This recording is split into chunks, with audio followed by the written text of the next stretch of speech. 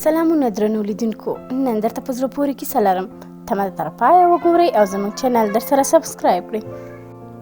رسول الله صلی الله علیه وسلم د غره په یوه ډډه کې روان و. ګوري چې یو ښکاري یهودي دی او یو هوسۍ نیولې. هوسۍ بیچاره چغې وهي او اسمان طرف ته یې خوله نیولې ده او رسول الله صلی الله علیه وسلم ورته راغی. هوسۍ زورونه کوي او له یهودي څخه ځان خلاصوي. کله چې رسول الله صلی الله علیه وسلم ورته راغی، هوسۍ ته وایي چې ولې زورونه کوي.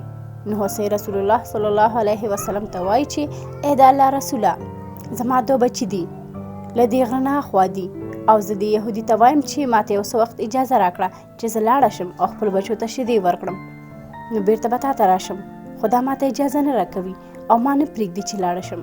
نو رسول الله صلی الله علیه وسلم د یهودي ته وایي چې ای یهودي، دا هوسۍ داسې وایي، نو ته ولې ورته اجازه نه ورکوي؟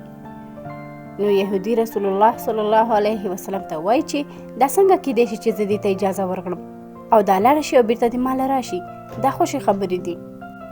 نو رسول الله صلی الله علیه وسلم ورته وایي چې دې ته اجازه ورکړه چې لاړه شي او خپلو بچو ته شیدې ورکړي، بیرته به تاله راشي. او یهودي ورسره دا خبره نه مني. بالاخره رسول الله صلی الله علیه وسلم یهودي ته وایي چې دې ته اجازه ورکړه، زه یې ضمانت کوم او تا سره به تر هغې پورې ناست یم تر څو چې دا هوسۍ بیرته نه وي راغلي. رسول الله صلی الله علیه وسلم د هوسۍ ضمانت وکړ او هوسۍ لاړه. خپلو بچو ته یې ځان ورسوه. کله چې خپلو بچو ته ورسېده، نو بچو ته وایي چې شیدې ژر ژر وخورئ، ځکه چې ما ستاسو په ضمانت کې رسول الله صلی الله علیه وسلم کېنولی دی.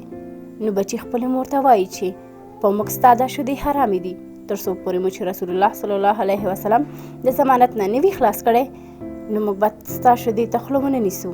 او بیرته د رسول الله صلی الله علیه وسلم په طرف را روانه شوه. هوسۍ د رسول الله صلی الله علیه وسلم مخې ته ودرېده. کله چې یهودي دا حال ولیده، نو حیران شو او رسول الله صلی الله علیه وسلم ته وایي چې کلمه راته ووایه چې ایمان راوړم او مسلمان شو.